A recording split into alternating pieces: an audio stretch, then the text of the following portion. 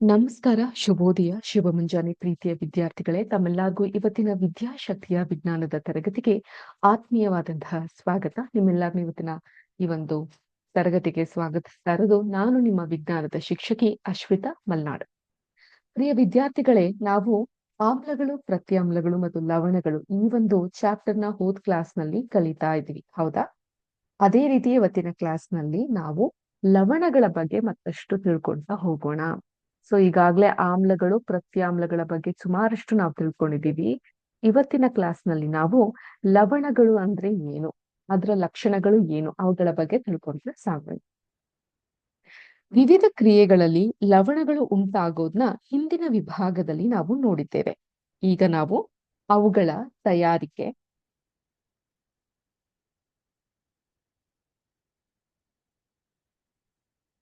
ಲಕ್ಷಣಗಳು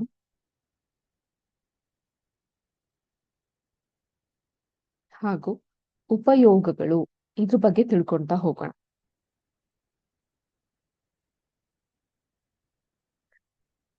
ತಯಾರಿಕೆ, ಲಕ್ಷಣ ಹಾಗೂ ಉಪಯೋಗಗಳ ಕುರಿತು ನಾವು ಇವತ್ತಿನ ಕ್ಲಾಸ್ನಲ್ಲಿ ತರಗತಿಯಲ್ಲಿ ತಿಳ್ಕೊಂಡು ಸಾಗೋಣ. ಈಗ ನಾನು ಲವಣಗಳ ಬಗ್ಗೆ ಮಾತಾಡ್ತಾ ಇದ್ದೆ. ನೋಡಿ, ನಾನು ಯಾವಾಗ್ಲೂ ಹೇಳ್ತಾ ಇರ್ತೀನಿ, ವಿಜ್ಞಾನ ಅನ್ನೋದು ನಮ್ಮ ದಿನನಿತ್ಯದ ಜೀವನದಲ್ಲಿ ನಾವೇನು ವಸ್ತುಗಳನ್ನ ಬಳಸ್ತೀವಿ ಅದರ ಕುರಿತಾಗಿಯೇ ಇರುತ್ತೆ. ಉದಾಹರಣೆಗೆ ನಾನು ಉಪ್ಪು ಅಂತ ಹೇಳಿದಾಗ, ಉಪ್ಪು ಅಂದ್ರೆ ಏನು? Common salt. ಇದರ ತಯಾರಿಕೆ ಹೇಗಾಗುತ್ತೆ, ಇದ್ರ ಹಿಂದೆ ಇರುವಂತಹ ರಾಸಾಯನಿಕ ಅಂಶಗಳೇನಿದೆ, ಇದು ವಿಜ್ಞಾನಕ್ಕೆ ಹೇಗೆ ಕನೆಕ್ಟ್ ಆಗುತ್ತೆ, ಇದರ ಉಪಯೋಗಗಳೇನು, ಅದ್ರ ಬಗ್ಗೆ ನಾವು ತಿಳ್ಕೊಳೋದಕ್ಕೆ ವಿಜ್ಞಾನಗಳು ಅಂತ ಹೇಳ್ತೀನಿ. ನಾನೀಗ ಉಪ್ಪು ಅಂತ ಹೇಳಿದೆ, ಉಪ್ಪುಗಳಿಗೂ ಲವಣಗಳಿಗೂ ಒಂದು ನೇರವಾದಂತಹ ಸಂಬಂಧ ಇದೆ.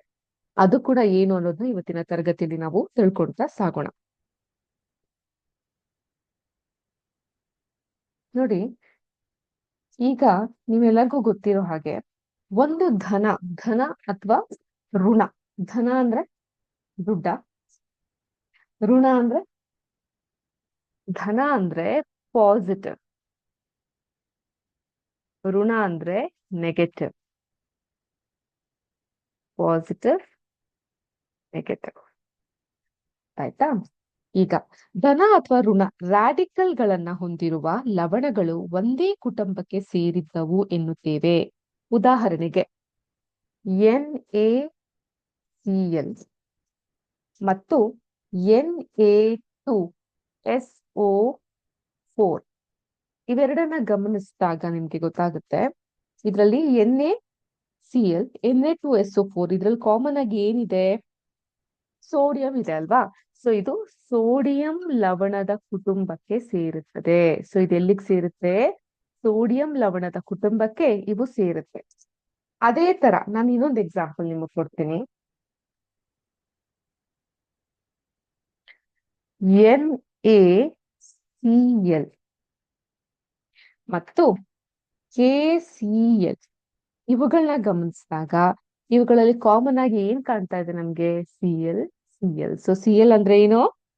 ಕ್ಲೋರೈಡ್. ಸೊ ಇದು ಬಂದು ಕ್ಲೋರೈಡ್ ಲವಣಗಳ ಕುಟುಂಬಕ್ಕೆ ಸೇರುತ್ತೆ. ನೀವು ಈ ಚಟುವಟಿಕೆಯಲ್ಲಿ ಕೊಟ್ಟಿರುವ ಲವಣಗಳಲ್ಲಿ ಎಷ್ಟು ಕುಟುಂಬಗಳನ್ನ ಗುರುತಿಸಬಹುದು ಅನ್ನೋದನ್ನ ಲೆಕ್ಕ ಹಾಕಿ. ಯಾಕಂದ್ರೆ ನಿಮ್ಗೆ ಒಂದಿಷ್ಟು ಅಣುಸೂತ್ರಗಳನ್ನ ಮಾಡಿ ಅಂತ ಪಟ್ಟಿಯನ್ನ ಮಾಡಿದ್ರು. ಅದರಲ್ಲಿ potassium sulphate, sodium sulphate, calcium sulphate, magnesium sulphate, ತಾಮ್ರದ ಸಲ್ಫೇಟ್ ಇತ್ತು. ಜೊತೆಗೆ sodium chloride, sodium nitrate, sodium carbonate ಮತ್ತು ಅಮೋನಿಯಂ ಕ್ಲೋರೈಡ್ ಇತ್ತು. ಸೊ ನಾನು ಇದನ್ನ ಓದ್ತಾ ಇದ್ದ ಹಂಗೆನೆ ನನ್ಗೆ ಒಂದಿಷ್ಟು ಗೊತ್ತಾಗ್ತಾ ಬರ್ತಾ ಇದೆ. ಒಂದು, ನಾನು ಇದರಲ್ಲಿ ಸಲ್ಫೇಟ್ ಲವಣಗಳ ಗುಂಪನ್ನ ಕಾಣ್ತೀನಿ. ಅದೇ ತರ ನಾನಿಲ್ಲಿ ಸೋಡಿಯಂ ಗುಂಪನ್ನು ಕಾಣ್ತೀನಿ. ಸೋಡಿಯಂ ಗುಂಪುಗಳು ಇದೆ. ಅದೇ ತರ ಕ್ಲೋರೈಡಿನ ಗುಂಪು ಸಹ ಇದೆ. ಗೊತ್ತಾಯ್ತಾ? ಈ ರೀತಿ ನೀವು ಲವಣಗಳ ಗುಂಪುಗಳನ್ನ ಕಾಣ್ತಾ ಬರಬಹುದು.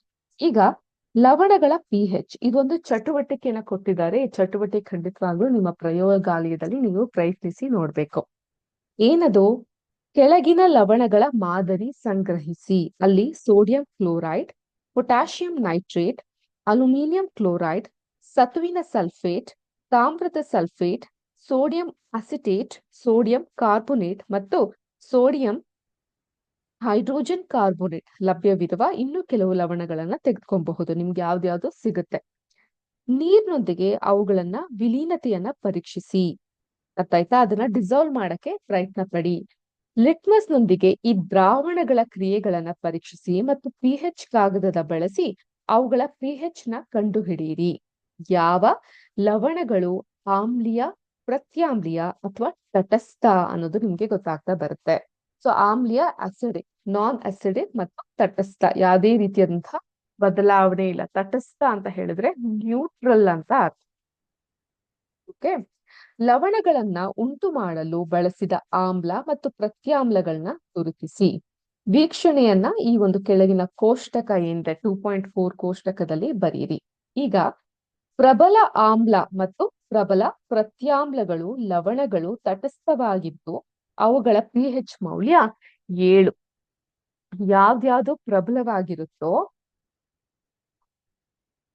ಪಿಹೆಚ್ ಯಾವ್ದ್ಯಾವ್ದು ಪ್ರಬಲವಾಗಿರುತ್ತೋ ಅಂತಹ ಒಂದು ಆಮ್ಲಗಳು ಪ್ರತ್ಯಾಮ್ಲಗಳ ಒಂದು ಪಿಹೆಚ್ ಮೌಲ್ಯ 7. ಪ್ರಬಲ ಆಮ್ಲ ಮತ್ತು ದುರ್ಬಲ ಪ್ರತ್ಯಾಮ್ಲದ ಲವಣಗಳು 7ಕ್ಕಿಂತ ಕಡಿಮೆ ಪಿಹೆಚ್ ಮೌಲ್ಯ ಹೊಂದಿದ್ದು ಆಮ್ಲೀಯವಾಗಿವೆ ಮತ್ತು ಪ್ರಬಲ ಪ್ರತ್ಯಾಮ್ಲ ಮತ್ತು ದುರ್ಬಲ ಆಮ್ಲದ ಲವಣಗಳು ಪಿಹೆಚ್ ಮೌಲ್ಯ 7ಕ್ಕಿಂತ ಹೆಚ್ಚಿದ್ದು ಪ್ರತ್ಯಾಮ್ಲೀಯ ಸ್ವಭಾವ ಹೊಂದಿದೆ. ಸೊ ಇಲ್ಲೊಂದು ಬ್ಯೂಟಿಫುಲ್ ಆಗಿರುವಂತಹ ಒಂದು ಅರ್ಥ ಮಾಡ್ಕೊಬೇಕಾಗಿರುವಂತಹ ಪಾಯಿಂಟ್ ಅನ್ನ ನಾವು ನೋಡ್ಕೊಳ್ತಾ ಬರ್ಬೇಕಾಗುತ್ತೆ. ಅದೇನ್ ಪಾಯಿಂಟ್ ನೋಡೋಣ. ಈಗ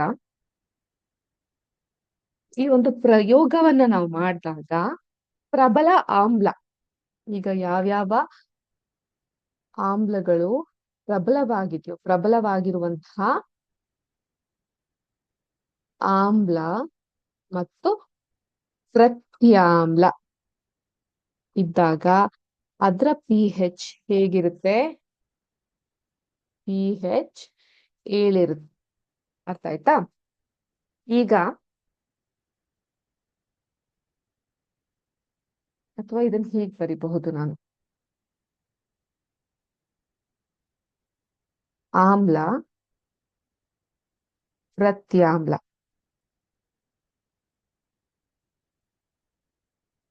ಇವುಗಳು ಪ್ರಬಲವಾಗಿದ್ದಾಗ, ಎರಡೂ ಪ್ರಬಲವಾಗಿದ್ದಾಗ ಅದರ ಪಿಹೆಚ್ ಮೌಲ್ಯ 7 ಇರುತ್ತೆ. ಅದೇ ರೀತಿ ಆಮ್ಲ ಪ್ರಬಲವಾಗಿದ್ದು ಪ್ರತ್ಯಾಮ್ಲಗಳು ದುರ್ಬಲವಾಗಿದ್ದಾಗ ಅದರ ಲವಣಗಳು 7ಕ್ಕಿಂತ ಕಡಿಮೆ ಪಿಹೆಚ್ ಮೌಲ್ಯವನ್ನ ಹೊಂದಿರುತ್ತೆ. ಸೊ ಇದು 7ಕ್ಕಿಂತ ಕಡಿಮೆ ಪಿಹೆಚ್ ಮೌಲ್ಯವನ್ನ ಹೊಂದಿರುತ್ತೆ. ಎಲ್ಲಿ ಆಮ್ಲಗಳು ಪ್ರಬಲವಾಗಿರುತ್ತೆ ಆದ್ರೆ ಪ್ರತ್ಯಾಮ್ಲಗಳು ದುರ್ಬಲವಾಗಿದ್ದಾಗ 7ಕ್ಕಿಂತ ಕಡಿಮೆ ಪಿಹೆಚ್ ಅನ್ನ ಹೊಂದಿರುತ್ತೆ.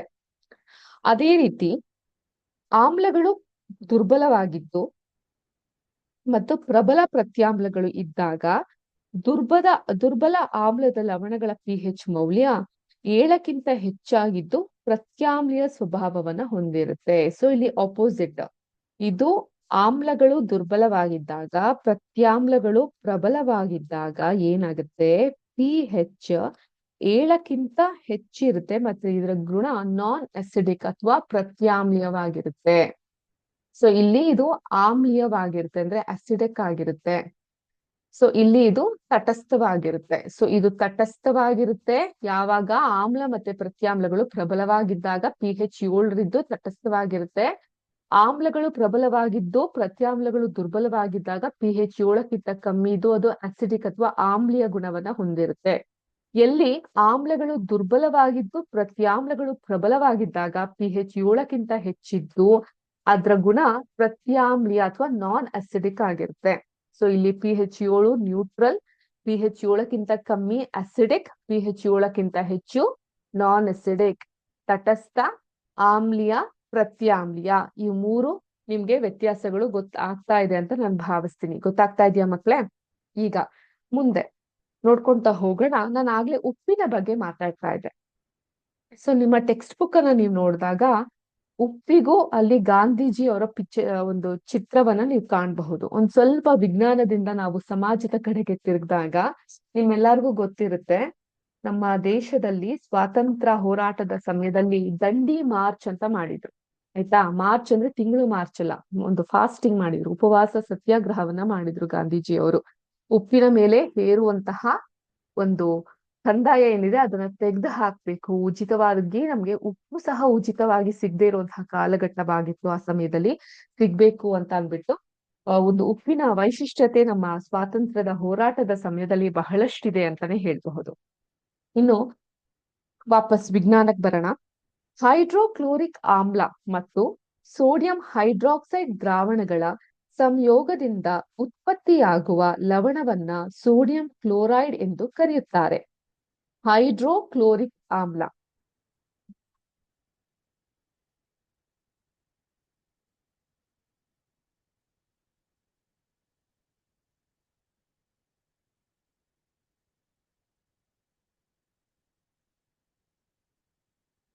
Plus sodium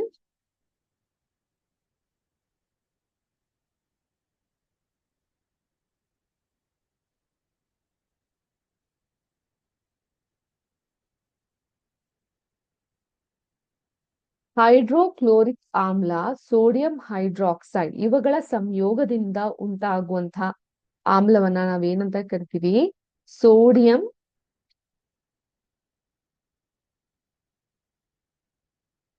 chloride. ಏನಂತ ಕರಿತೀವಿ? ಸೋಡಿಯಂ ಕ್ಲೋರೈಡ್ ಅಂತ ಕರಿತೀವಿ. ಆಯ್ತಾ.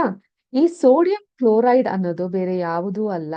ಇದು ನೀವು ಆಹಾರದಲ್ಲಿ ಬಳಸುತ್ತಿರುವುದು ಇದೇ ಲವಣವನ್ನ. ಇದೊಂದು ತಟಸ್ಥ ಲವಣ.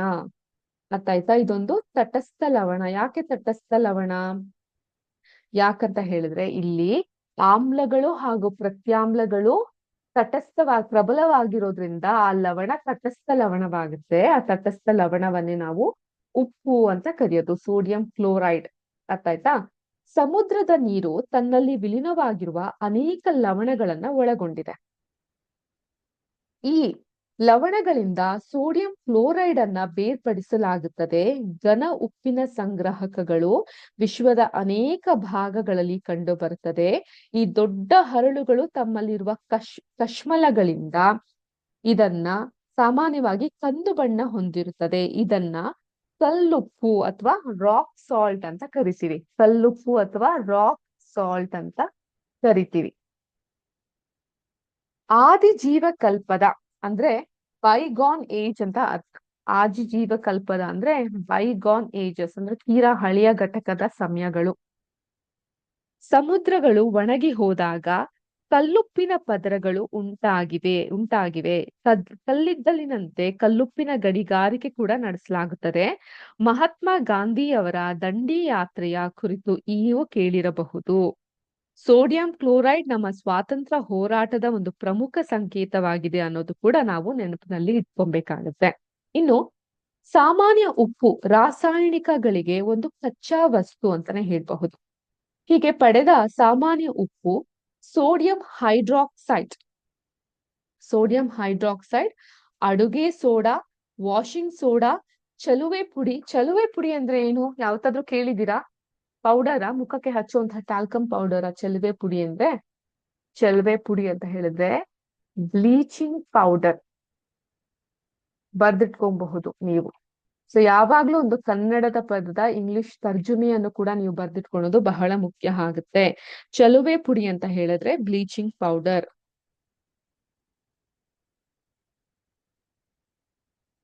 ಅರ್ಥ ಆಯ್ತಾ? ಚಲುವೆ ಪುಡಿಯಂತಹ ಅನೇಕ ದಿನಬಳಕೆ ವಸ್ತುಗಳಿಗೆ ಪ್ರಮುಖ ಕಚ್ಚಾ ವಸ್ತುವಾಗಿದೆ. ಈಗ ನಾವು ಹೇಗೆ ಒಂದು ವಸ್ತುವನ್ನ ಈ ಎಲ್ಲಾ ವಸ್ತುಗಳ ತಯಾರಿಕೆಯಲ್ಲಿ ಬಳಸುತ್ತಾರೆ ಅನ್ನೋದನ್ನ ನೋಡೋಣ. ನೋಡಿ, ಇದು ಬಹಳ ಇಂಟ್ರೆಸ್ಟಿಂಗ್ ಟಾಪಿಕ್. ಉಪ್ಪಿನಿಂದ ನಾವು ಒಂದು ಬ್ಲೀಚಿಂಗ್ ಪೌಡರ್ ನ ತಯಾರಿಕೆಗೆ, ಇನ್ನೊಂದು ಅಡುಗೆ ಸೋಡಾ. ಈಗ ಮನೆಯಲ್ಲಿ ಬೋಂಡಾ, ಬಜ್ಜಿ ಇಂಥವೆಲ್ಲ ಮಾಡ್ಬೇಕು ಅಂತ ಹೇಳಿದಾಗ, ಅಥವಾ ದೋಸೆ ಇಡ್ಲಿಗೂ ಒಂಚೂರು ಸೋಡವನ್ನ ಹಾಕ್ತೀವಿ, ಯಾಕಂದ್ರೆ ಅದು ಉಬ್ಬಿ ಬರುತ್ತೆ ಅನ್ನೋ ಕಾರಣಕ್ಕೆ. ಸೊ ಅಡುಗೆ ಸೋಡಾ. ಅದೇ ರೀತಿ ನಾವು ಇನ್ನು ವಾಷಿಂಗ್ ಸೋಡಾ ಅಂತ ಕರಿತೀವಿ. ವಾಷಿಂಗ್ ಸೋಡಾ, ಬೇಕಿಂಗ್ ಸೋಡಾ ಇಂತಹದಕ್ಕೆಲ್ಲ ಕೂಡ ಈ ಉಪ್ಪನ್ನ ನಾವು ಬಳಸ್ತಾ ಹೋಗ್ತೀವಿ. ಹೇಗೆ ಅನ್ನೋದನ್ನ ತಿಳ್ಕೊಳ್ಳೋಣ. ಮೊದಲು ಅದಕ್ಕಿಂತ ಮುಂಚೆ ಸೋಡಿಯಂ ಹೈಡ್ರಾಕ್ಸೈಡ್ ಬಗ್ಗೆ ನಾವು ತಿಳ್ಕೊಂತಾ ಹೋಗ್ಬೇಕಾಗುತ್ತೆ.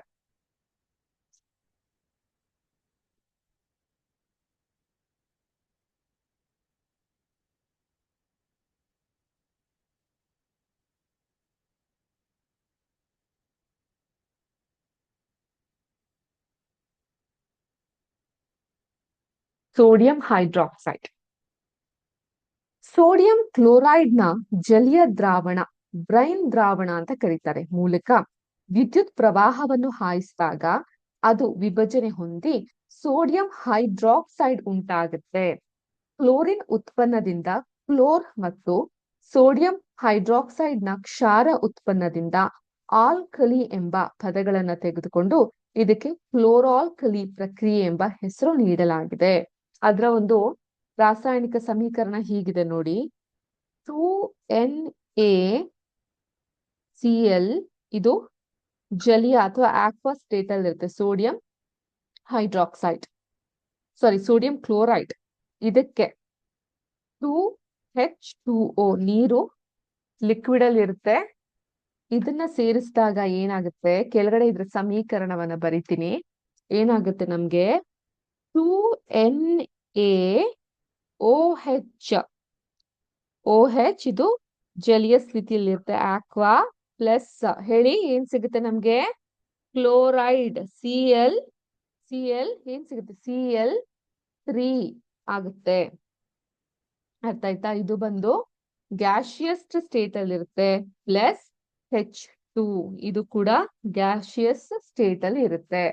ಸೊ ಈಗ ನಾನು NaCl plus 2H2O 2NaCl plus 2H2O ಅನ್ನ ತೆಗೆದುಕೊಂಡಾಗ 2NaOH plus Cl3 plus H2 ಇದು ನಮ್ಗೆ ಸಿಗ್ತಾ ಹೋಗುತ್ತೆ. ಆಯ್ತಾ? ಈಗ ಕ್ಲೋರಿನ್ ಅನಿಲ ಅನಾಯ್ಡ್ ನಲ್ಲಿಯೂ ಮತ್ತು ಹೈಡ್ರೋಜನ್ ಅನಿಲ ಕ್ಯಾಥಡಾನ್ ನಲ್ಲಿಯೂ ಬಿಡುಗಡೆ ಆಗುತ್ತೆ. ಇದನ್ನ ನೆನ್ಪಿಟ್ಕೊಬೇಕಾಗತ್ತೆ. ಕ್ಲೋರಿನ್ ಇಂದ ಉಂಟಾಗಿರುವಂತಹ ಗ್ಯಾಸ್ ಅಥವಾ ಅನಿಲವನ್ನ ನಾವು ಏನಂತ ಕರಿತೀವಿ, ಆನೋಡ್. ಅದೇ ತರ ಹೈಡ್ರೋಜನ್ ಅನಿಲವನ್ನ ನಾವೇನಂತ ಕರಿತೀವಿ,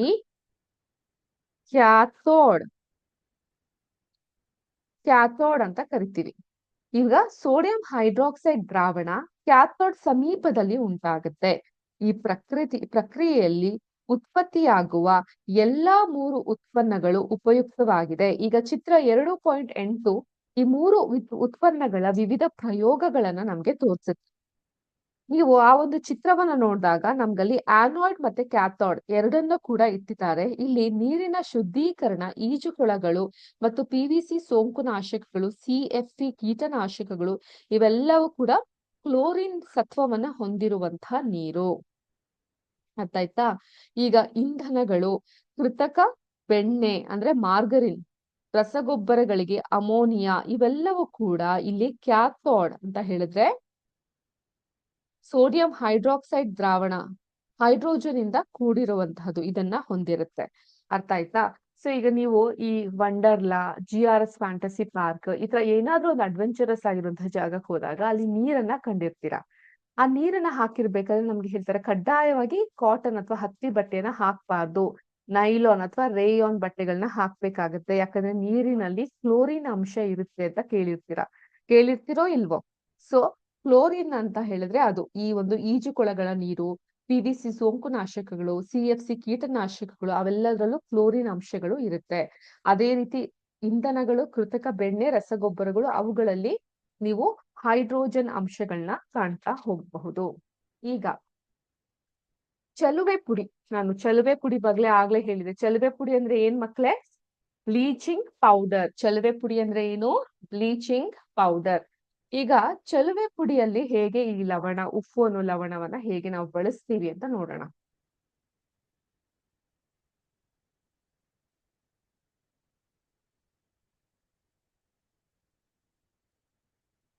ಜಲೀಯ ಸೋಡಿಯಂ ಕ್ಲೋರೈಡ್ ಅದನ್ನ ನಾವು ಬ್ರೈನ್ ಅಂತ ಕರಿತೀವಿ. ಬ್ರೈನ್ ಅಂದ್ರೆ ಮೆದುಳು ಅಲ್ಲ, ಇಲ್ಲಿ ನಾವ್ ಹೇಳ್ತಾ ಇರೋದು ಸೋಡಿಯಂ ಕ್ಲೋರೈಡ್ ಆಕ್ವಾ ಸ್ಥಿತಿಯಲ್ಲಿದ್ದಾಗ ಅದನ್ನ ನಾವು ಬ್ರೈನ್ ಅಂತ ಕರಿತೀವಿ. ಈಗ ಜಲೀಯ ಸೋಡಿಯಂ ಕ್ಲೋರೈಡ್ ದ್ರಾವಣ ವಿದ್ಯುತ್ ವಿಭಜನೆಯಲ್ಲಿ ಕ್ಲೋರಿನ್ ಉತ್ಪತ್ತಿಯಾಗುವುದು ನಿಮಗೆ ಈಗಾಗಲೇ ತಿಳಿದಿದೆ. ಈ ಕ್ಲೋರಿನ್ ಅನಿಲವನ್ನ ಚಲುವೆ ಪುಡಿ ತಯಾರಿಕೆಯಲ್ಲಿ ಬಳಸಲಾಗುತ್ತೆ. ಶುಷ್ಕ ಅರಳಿದ ಸುಣ್ಣ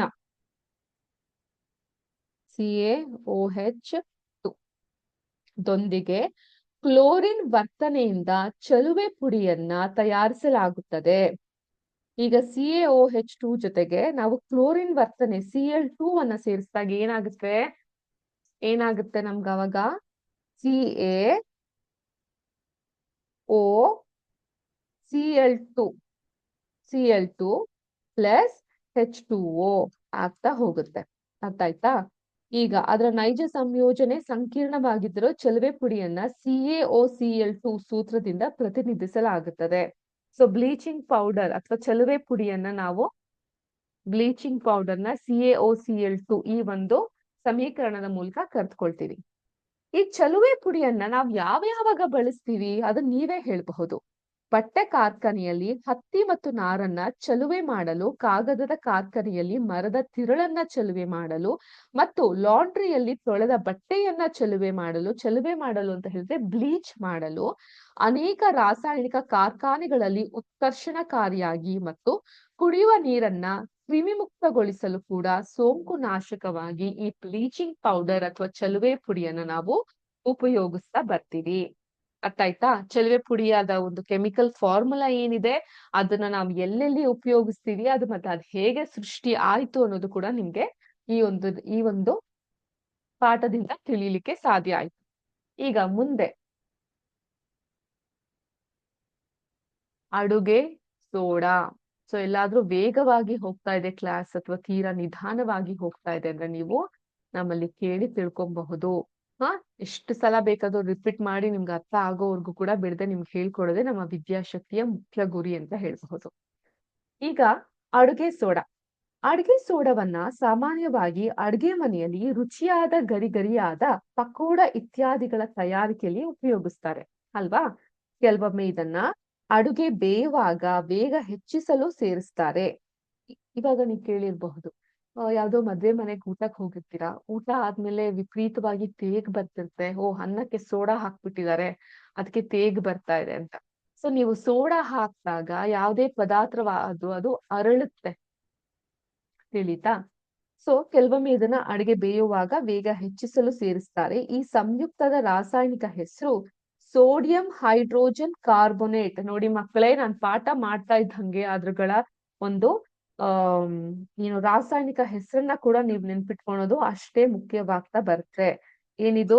ಸೋಡಿಯಂ ಹೈಡ್ರೋಜನ್ ಕಾರ್ಬೋನೇಟ್. ಇದರ ತಯಾರಿಕೆಯಲ್ಲಿ ಸೋಡಿಯಂ ಕ್ಲೋರೈಡ್ ಅನ್ನ ಒಂದು ಕಚ್ಚಾ ವಸ್ತುವಾಗಿ ಬಳಸ್ತಾರೆ. ಹೇಗೆ ನೋಡೋಣ.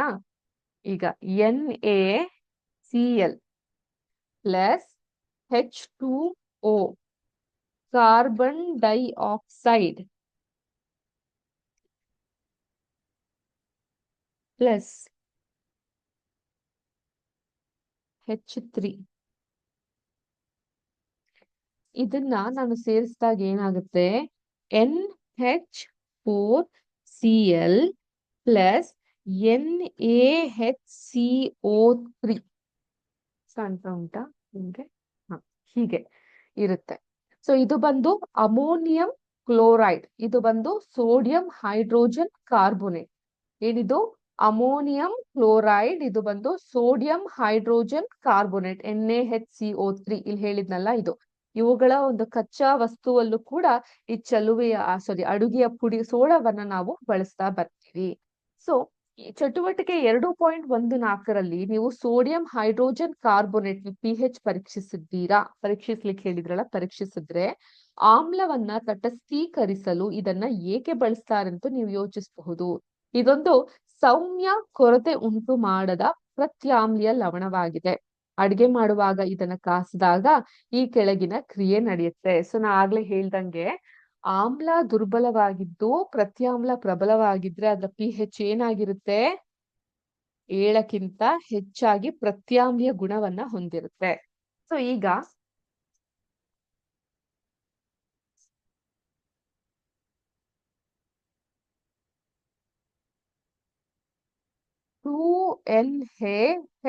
2NaHCO3 ಇದಕ್ಕೆ ನಾನು ಉಷ್ಣವನ್ನ ಸೇರಿಸಿದಾಗ ಅಥವಾ ಬಿಸಿ ಮಾಡಿದಾಗ ಏನಾಗುತ್ತೆ?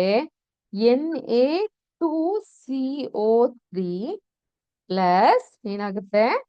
H2O ಪ್ಲಸ್ ಕಾರ್ಬನ್ ಡೈಆಕ್ಸೈಡ್ ಆಗುತ್ತೆ. ಇದೇನಿದು? ಇದನ್ನೇನಂತ ಕರಿತೀವಿ? ನಾವಾಗ್ಲೇ ಏನ್ ಹೇಳಿದ್ದೆ? Sodium hydrogen carbonate. ಇದನ್ನ ಬಿಸಿ ಮಾಡಿದಾಗ ನಮ್ಗೆ ಸೋಡಿಯಂ ಕಾರ್ಬೋನೇಟ್ ಇಲ್ಲಿ ಸಿಗ್ತಾ ಹೋಗುತ್ತೆ. ಇದು ಸೋಡಿಯಂ ಕಾರ್ಬೋನೇಟ್. ಗೊತ್ತಾಯ್ತಾ? ಸೋಡಿಯಂ ಹೈಡ್ರೋಜನ್ ಕಾರ್ಬೋನೇಟ್ ನ ಉಷ್ಣ ಕೊಟ್ಟಾಗ ನಮ್ಗೆ ಸೋಡಿಯಂ ಕಾರ್ಬೋನೇಟ್, ನೀರು ಮತ್ತೆ ಕಾರ್ಬನ್ ಡೈಆಕ್ಸೈಡ್ ಇವುಗಳು ಸಿಗ್ತಾ ಹೋಗುತ್ತೆ. ಸೋಡಿಯಂ ಹೈಡ್ರೋಜನ್ ಕಾರ್ಬೋನೇಟ್ ಗೃಹ ಬಳಕೆಯಲ್ಲಿ ಅನೇಕ ಉಪಯೋಗಗಳನ್ನ ಹೊಂದಿದೆ. ಯಾವ್ಯಾವುದು ಸೋಡಿಯಂ ಹೈಡ್ರೋಜನ್ ಕಾರ್ಬೋನೇಟ್ ಉಪಯೋಗಗಳು ಅಂತ ಹೇಳಿದ್ರೆ, ಬೇಕಿಂಗ್ ಪುಡಿಯ ತಯಾರಿಕೆಯಲ್ಲಿ ಇದು ಅಡುಗೆ ಸೋಡಿಯಾ ಅಂದ್ರೆ ಸೋಡಿಯಂ ಹೈಡ್ರೋಜನ್ ಕಾರ್ಬೋನೇಟ್ ಮತ್ತು ಟಾರ್ಟಾರಿಕ್ ಆಮ್ಲದಂತಹ ಒಂದು ಸೌಮ್ಯ ಖಾದ್ಯ ಯೋಗ್ಯ ಆಮ್ಲದ ಮಿಶ್ರಣವಾಗಿದೆ. ಬೇಕಿಂಗ್ ಪುಡಿಯನ್ನ ಕಾಸಿದಾಗ ಅಥವಾ ನೀರಿನೊಂದಿಗೆ ಮಿಶ್ರಗೊಳಿಸಿದಾಗ ಈ ಕೆಳಗಿನ ಕ್ರಿಯೆ ನಡೆಯುತ್ತದೆ. ಈಗ ಬೇಕಿಂಗ್ NaHCO3 ಪ್ಲಸ್ ಹೈಡ್ರೋಜನ್ ಸೇರಿಸಿದಾಗ ಇದಕ್ಕೆ ಕಾರ್ಬನ್ ಡೈಆಕ್ಸೈಡ್ ಪ್ಲಸ್ ನೀರು H2O ಪ್ಲಸ್ ಆಮ್ಲದ ಸೋಡಿಯಂ